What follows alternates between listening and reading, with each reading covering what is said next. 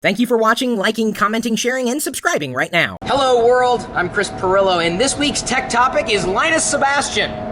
Linus Tech Tips on YouTube. We've got some questions for Linus from my community. I haven't been briefed on this. I had no idea this was going to happen. I'm getting blindsided here. I had told Chris that this makes me feel very uncomfortable because I'm fully scripted on my Well, we were going to do it naked, but since he was uncomfortable, I figured we'd just remain close. We're in Seattle. We can, do it. Okay, let's kick it up a notch. I was not expecting we would go there, even as a joke there. David Chow asks you if you are ever going to start vlogging. You know what? I've threatened to start doing it a couple times. The reality of it is, my life's not that interesting. A lot of what I do every day is I wake up in the morning and I go to work and I film videos about technology. And then I publish those videos. You guys are seeing it. That's what I do every day. As for vlogging, I mean, I think one of the coolest things about what you do is that Diana appears in tons of your videos. My wife's not super camera friendly. She doesn't really want to be on the camera, and I gotta respect that. And it's the same thing for my son. Earlier on, when he was like an unrecognizable baby, and no one's gonna see that video and then recognize him when he gets to kindergarten, I was pretty loosey-goosey about it. He appeared on camera a lot. Now that he's getting a little bit older, I want to make that his call. If he wants to, and so any vlog for me, when I'm not at work making videos about computers, I'm spending time with my family, what would I vlog about if I couldn't have either of them on camera?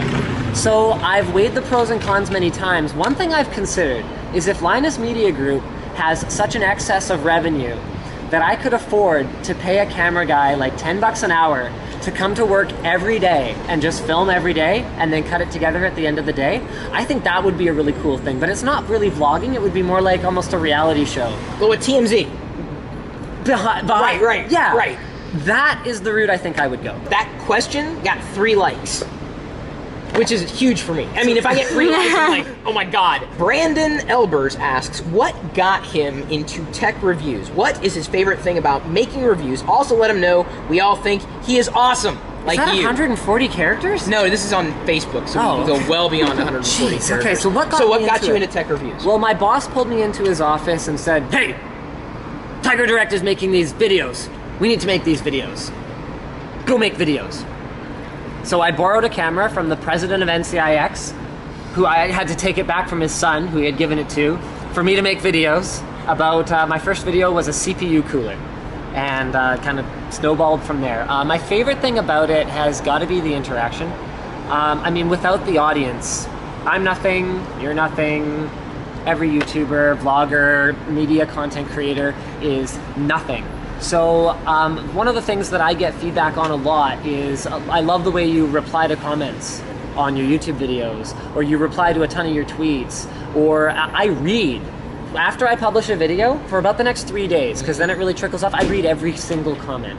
And I think that is the thing that I enjoy the most. When I'm bored, I don't actually Do you get bored? I don't. Do you have time to get bored? Okay, when I can't sleep. Right. I hear you.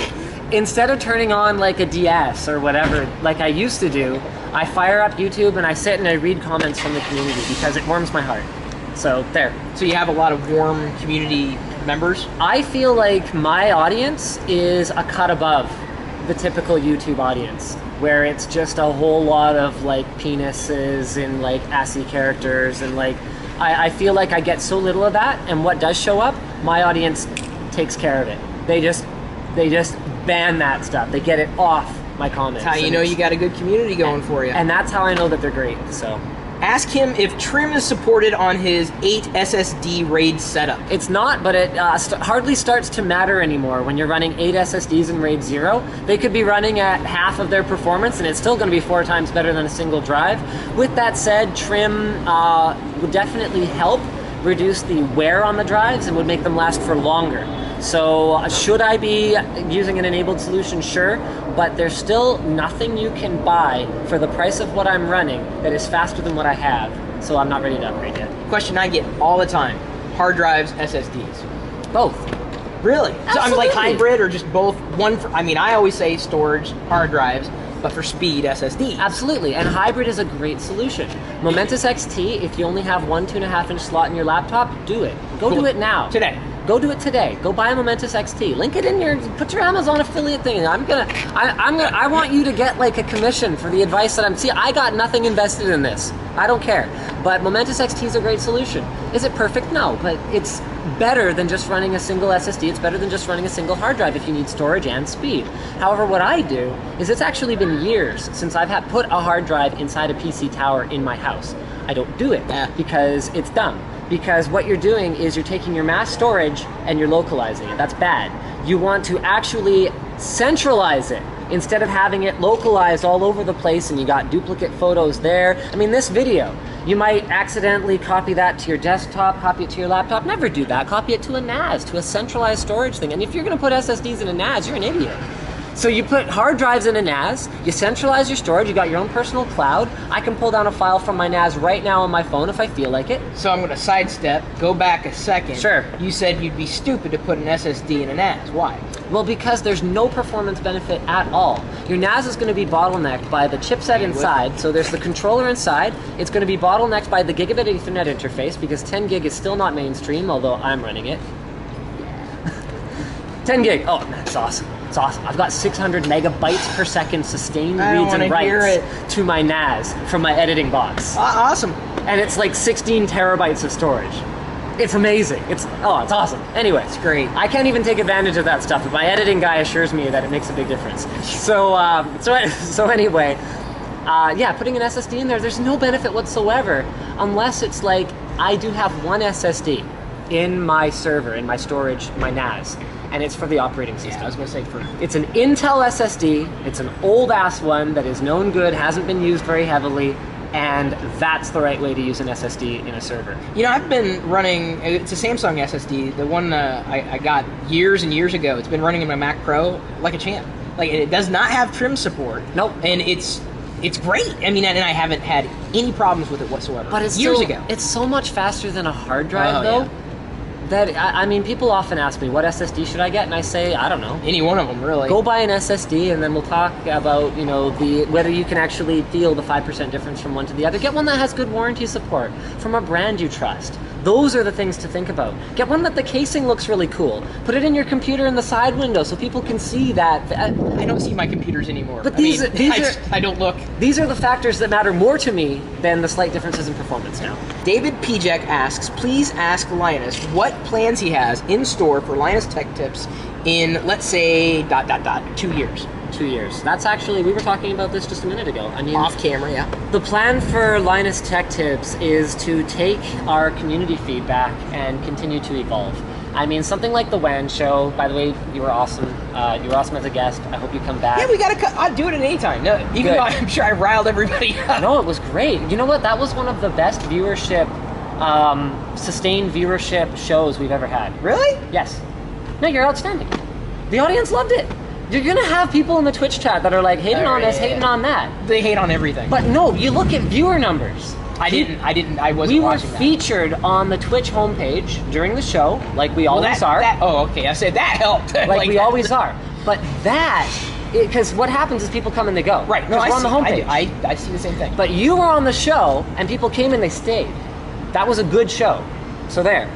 So we're going to keep taking user feedback, and we're going to evolve our content. I think we're going to add more shows and less just straight unboxings. We're going to continue to try to get away from just, okay, here's the product, and wow, that is a gorgeous, iPhone and eye patch. I don't know what it is anyway.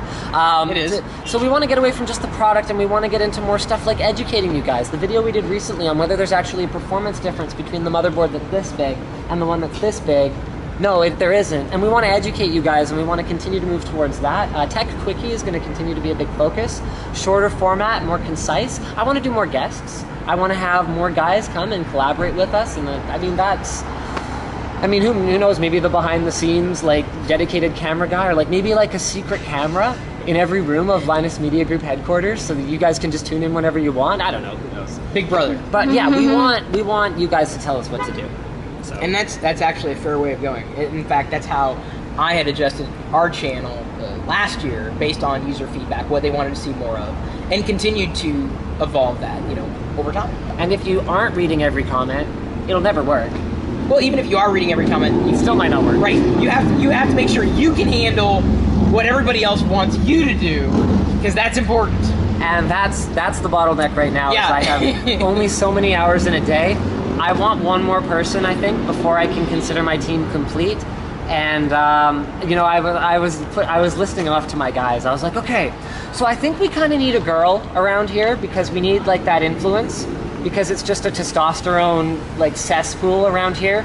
You know, I want someone who can do a little bit of rudimentary video editing. I'd love someone who can appear on camera and, you know, take some of the load off that way. I want someone who can do like have kind of a producer role on some of the videos and like help source props and locations. And they're just looking at me like, where are you gonna find that?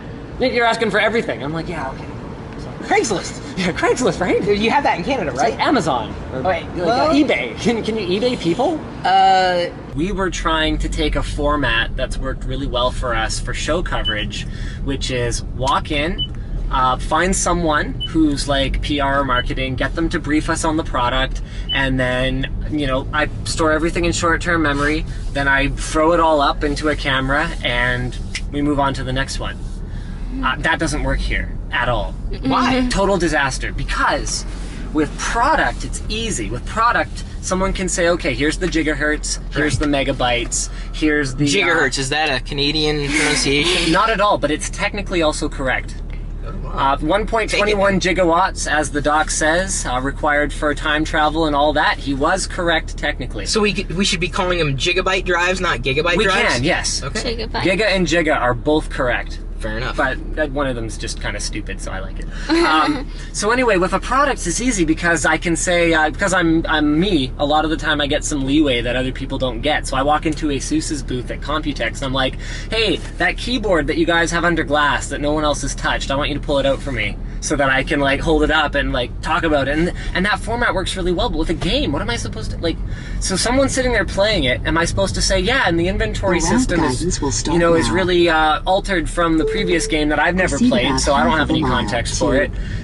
So I'd just be inventing things, and so and you can't really script a lot of the stuff that goes on. Like, what am I supposed to be pointing the camera at while I talk about how it was in development for 12 years or whatever it is? So we had to, all of our day one content was basically throwaway because we were trying to be like, oh, and we're here in the Sony booth where they have a bunch of games, here's a bunch of titles that I have no context for and no understanding of why they're important, and I don't even actually know if they're PS4 games or just like, so what we did is we completely changed gears. So we leveraged the big camera.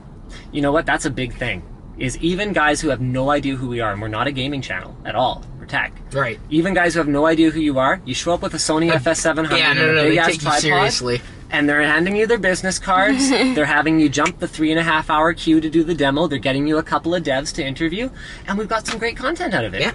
Have a big camera. See, I don't, obviously. I'm the antithesis of the big camera. This works too, though. I mean, honestly, I don't know how to use the big camera. That thing that's in the trunk, I don't know what any of the dials do. I don't know how it works. And honestly, one of the things that's been driving me crazy lately is that's the only camera we have. What? What can you use your smartphone camera, though? Okay, I can use my smartphone camera. Right. But it's kind of terrible. Granted.